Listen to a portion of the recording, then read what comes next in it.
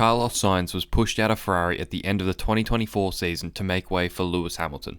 He joined Williams on a multi-year deal with one intention in mind: rebuild Williams. But has it been as bad as people think?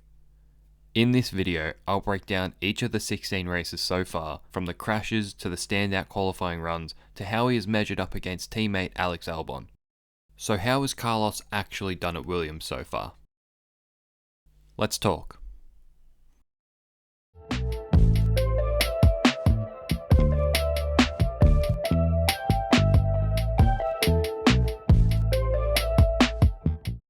Carlos Sainz's move to Williams was seen as a major step forward for the team, as it was the first high-profile driver signing they had made in over a decade.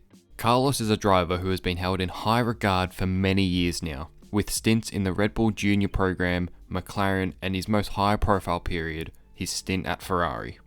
Over his 4 seasons at Ferrari, Carlos achieved 25 podiums, 6 pole positions and 4 race wins, whilst also finishing above Charles Leclerc in the 2021 season. With the shock news of Lewis Hamilton joining Ferrari, Carlos opted to join Williams over the likes of Sauber, as he believed in the future project and loved the culture that was built by team principal James Vowles. Carlos would also be creating another formidable duo lineup, pairing with Alex Albon. However, Carlos has seemingly been walked all over by his new teammate this season. Or has he? To find out the real answer, we need to go back to the opening round of the season in Melbourne. After being quite a talking point in pre-season by setting the fastest time across the entirety of testing, Carlos started off quite strong by making it into Q3, qualifying 10th. Carlos was looking quite comfortable and confident in this car, which was impressive considering it was his first weekend in Williams. However, a crash due to a torque spike on lap 2 behind the safety car ended his weekend prematurely. The following week in China was a tough weekend overall, qualifying 13th and finishing 17th in the sprint race, and generally not really seeming too comfortable in the car compared to the week before in Australia. That trend followed him into main qualifying as well, where he qualified 15th, and unfortunately race day wasn't much better, where he finished 13th initially. Even though he was 13th when he crossed the line, post-race disqualifications for Charles Leclerc, Lewis Hamilton and Pierre Gasly saw Carlos rise up into 10th place and score his first points at Williams. Japan was once again a tough weekend though. He never quite seemed to get to grips with this car around the Suzuka track. The first 3 races had obviously not gone to plan for Carlos, as he was definitely struggling with adapting to the new team and his general new surroundings at Williams. But Bahrain felt like a potential turning point. This weekend felt like the first weekend since Australia where he had felt confident and comfortable in that car. He qualified P8, which was his current best at Williams, and he also held a very consistent and strong race pace too. And he looked very likely to finish inside the top 10 for the first time this season, until an unfortunate collision at turn 1 with Yuki Tsunoda caused damage that would drop him all the way to the back of the field and then inevitably retire from the race.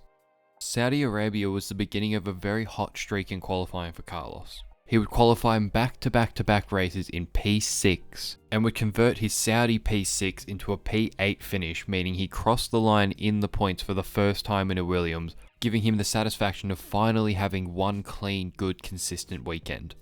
Miami was a very up and down weekend for Carlos. It was the second sprint race of the season, meaning he didn't have as much time to get used to this car around the track. He would start the sprint in 15th but would later DNF.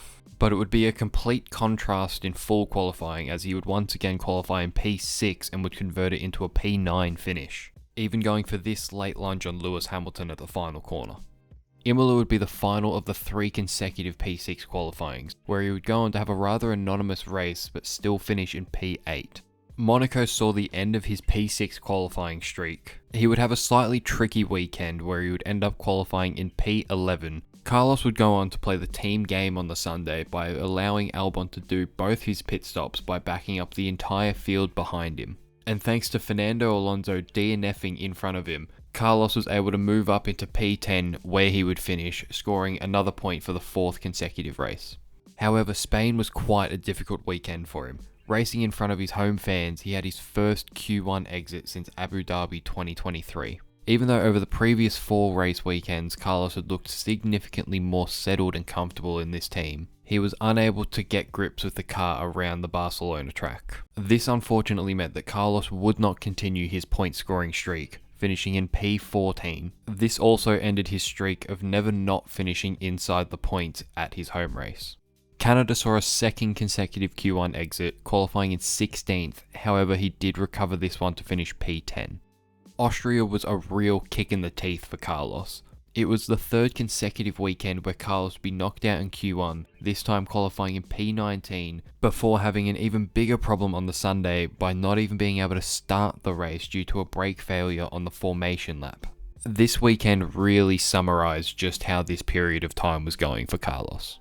Silverstone was quite an anonymous weekend for Carlos. Carlos would only manage to qualify in P12 in the team's home race, where he would also end up finishing 2, even with the mixed conditions chopping and changing the field.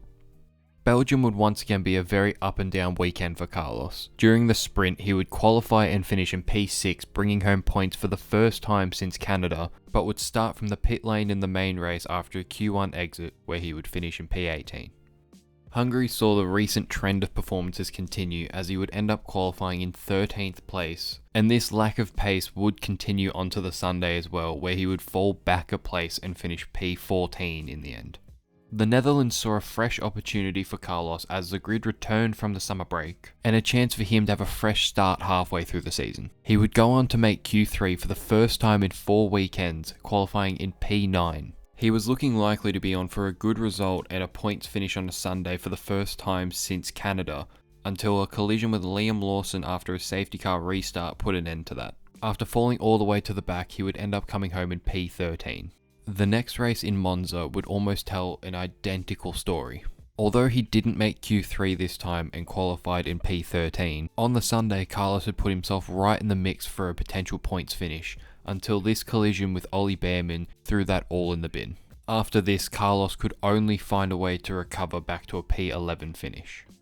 Overall, this left Carlos with 16 points in the first 16 races, with 12 of those points coming in the first 8 races. Since his 4 consecutive streak of scoring points in Canada ended, he has only managed to score points one more time since then, in the sprint race in Belgium. But you'll have noticed to this point I haven't really mentioned how he's compared to Alex Albon so far this season. So how has he compared to Alex so far? So far this season on Sundays, Alex Albon has comprehensively beaten Carlos Sainz, and this has been heavily reflected on the points tally so far, where Alex has scored 70 points compared to Carlos's 16 so far this season and scoring 81% of the team's points, whilst also being the main reason why Williams are in P5 in the constructors to this point. Alex has almost exclusively finished inside the top 10 when he hasn't been hampered by reliability issues, having 3 DNFs in a row in Canada, Spain and Austria, but in the 13 races where he has finished, he's managed to score in 11 of them, with a season high of 3 P5s in Melbourne, Miami and in Imola. On Sundays, the results make the gap between Carlos and Alex look huge, but in qualifying, it's a dead heat. Over the first 16 races, they're tied at 8 apiece in the qualifying head-to-head with a 0.063 delta between the pair, with the advantage in Alex's hands so far. I think this really goes to show that even though the points difference is so massive, it isn't as big of a gap as it looks between the two. The 53-point gap isn't entirely misleading, but I do believe that the gap is bigger than what the gap between the pair really is. Carlos is currently sat in P18 in the driver's standings, only ahead of Yuki Tsunoda, Franco Colapinto and Jack Doohan. By his own high standards, it hasn't been good enough, especially when given the expectations of challenging Albon when he joined. Carlos has 8 races left this season to build the confidence and really settle into Williams before the big regulation changes in 2026, which was always the real reason why he joined. So the question is, do you think Carlos will bounce back and make Williams his team in 2026? Or will Alex Albon just continue to assert his dominance?